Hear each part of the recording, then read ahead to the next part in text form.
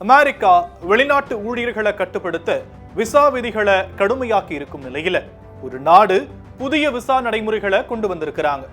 அது என்ன விசா, அதன் பயன்கள் என்ன, எந்த நாடு இந்த புதிய விசா நடைமுறையை கொண்டு வந்தாங்க, விரிவா பார்க்கலாம். அமெரிக்க அதிபரா பதவியேற்ற டொனால்ட் ட்ரம்ப் பல அதிரடி உத்தரவுகளை பிறப்பிச்சு வராரு. அந்த வரிசையில விசா கட்டுப்பாடுகள்ல புதிய நடைமுறைகளை கொண்டு வந்திருக்கிறார்.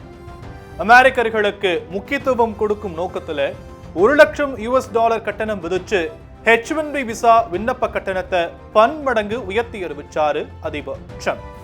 திறமை வாய்ந்த நபர்கள் அமெரிக்காவில் தங்கி வேலை செய்ய தற்காலிகமா அனுமதிக்கப்படும் விசாதான் 1990s உருவாக்கப்பட்ட இந்த H-1B விசா. H-1B விசாக்களுடைய தேவை அதிகமாயிருப்பது ஒரு புறம்னா, இன்னொரு புறம் பெரும்பாலான H-1B விசா வைத்திருக்கும் நபர்கள் அமெரிக்காவுக்குள்ள வந்தவுடனே கிரீன் கார்டுக்கு அப்ளை செஞ்சு நீண்ட காலம் தங்குவதற்கான வாய்ப்பையும் பயன்படுத்துறாங்க. அந்த வகையில H-1B விசா திட்டத்தால இந்தியர்களே அதிகம் பயன்பெறுவதாகவும், H-1B விசா மூலமா 72.6% இந்தியர்களும், இந்தியாவுக்கு அடுத்தபடியா வெறும் 11.7%ல சீனர்களும் பயனடைந்திருப்பதா பவுண்ட்லெஸ் இமிகிரேஷன் அப்படிங்கிற அமெரிக்க குடியேற்ற ஆலோசனை மையத்துடைய சமீபத்திய ஆய்வு முடிவுகள்ல தெரிய வந்திருக்கு.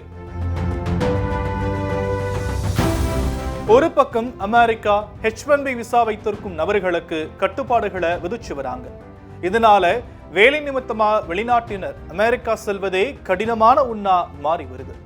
இன்னொரு பக்கம் சத்தமே இல்லாம சீனா ஒரு காரியத்தை செஞ்சிருக்கிறாங்க. சுலபமா சொல்லணும் அப்படின்னா, அமெரிக்கா ஸ்டைல்ல சர்வதேச அளவுல திறமையான இளைஞர்கள் அண்ட் தொழில் வல்லுநர்களை ஈர்க்க K விசாவை அறிமுகம் செஞ்சிருக்கிறாங்க சீனா. ஸ்டெம் எஜுகேஷன் சொல்லப்படுற சயின்ஸ், டெக்னாலஜி, இன்ஜினியரிங், மேத்தமெட்டிக்ஸ் ஆகிய துறைகள்ல சிறந்த நபர்களுக்கு முக்கியத்துவம் கொடுக்க முடிவு செய்யப்பட்டிருக்கு. சர்வதேச அளவுல ஒர்க் விசா விதிமுறைகள் மிகவும் கடுமையாக்கப்பட்டு வரும் சூழல்ல சீனா மிகவும் எளிதா விண்ணப்பித்து பெறும் வகையில K விசா சேவையை அறிமுகம் செஞ்சு பல உலக நாடுகளுடைய கவனத்தை ஈர்த்திருக்கிறாங்க.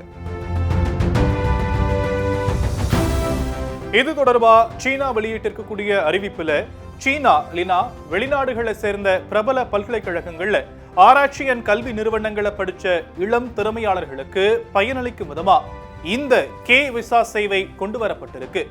இவங்க எல்லாருமே ஸ்டெம் எஜுகேஷன் ரிலேட்டட் துறைகள்ல PhD முடிச்சிருக்கணும், அட்லீஸ்ட் UG ஆச்சும் கம்ப்ளீட் பண்ணிருக்கணும்னு சொல்லப்பட்டிருக்கு. சீன அரசு வெளியிட்டிருக்கக்கூடிய வழிகாட்டுதலின்படி போதிய ஆவணங்களை சமர்ப்பிக்கணும் அண்ட் தேவையான தகுதி மற்றும் படிப்பை முடித்திருக்கணும். இது தொடர்பா மேலும் விவரங்களுக்கு சீன தூதரகங்களை அணுகலாம்னு சொல்லப்பட்டிருக்கு. சீனா தற்சமயம் 12 விதமான விசாக்களை வழங்கி வராங்க. இவற்றை காட்டிலும் இந்த K விசா பல விதங்கள்ல பயனுள்ளதா இருக்கும்னு சொல்லப்படுது. உதாரணத்துக்கு சொல்லணும் அப்படின்னா, மல்டிபிள் என்ட்ரி, அதாவது சீனாக்குள்ள எத்தனை முறை வேணா உள்ள போயிட்டு வெளியே வரலாம், and long term validity, and சீனாவில் நீண்ட கால இடைவெளியில தங்கி இருப்பது போன்ற சலுகைகளை பெற முடியுமா? பொதுவா ஒர்க் விசாக்களை பொறுத்த வரைக்கும் சம்பந்தப்பட்ட நாட்டை சேர்ந்த வேலை வழங்கக்கூடிய நிறுவனத்துடைய ஆஃபர் லெட்டர் தேவை. இத்தகைய நடைமுறை இந்த K விசால தேவை கிடையாது அப்படிங்கிறது ஆடட் அட்வான்டேஜா பார்க்கப்படுது. சீனாவை பொறுத்த வரைக்கும் தொழில்நுட்ப ரீதியா பெரிதும் வளர்ச்சி அடைந்த நாடா இருக்கு. இந்த சூழல்ல இந்த K விசா வைத்திருக்கும் நபர்கள் தொழில், பிசினஸ் ஆக்டிவிட்டிஸ் மட்டும் இல்லாம கல்வி, கலாச்சாரம், சயின்ஸ் அண்ட் டெக்னாலஜி சார்ந்த விஷயங்கள்ல தங்களுடைய பங்களிப்பை கொடுக்க வாய்ப்பு கிடைக்கும். ஆயிரக்கணக்கில் திறமையான நபர்கள் அமெரிக்காவுக்கு வெளியே புதிய வாய்ப்புகளை தேடும் இந்த சூழல்ல சீனாவுடைய இந்த K விசா என்னென்ன மாற்றங்களை செய்யும் அப்படிங்கிறத பொறுத்திருந்து பார்க்கல.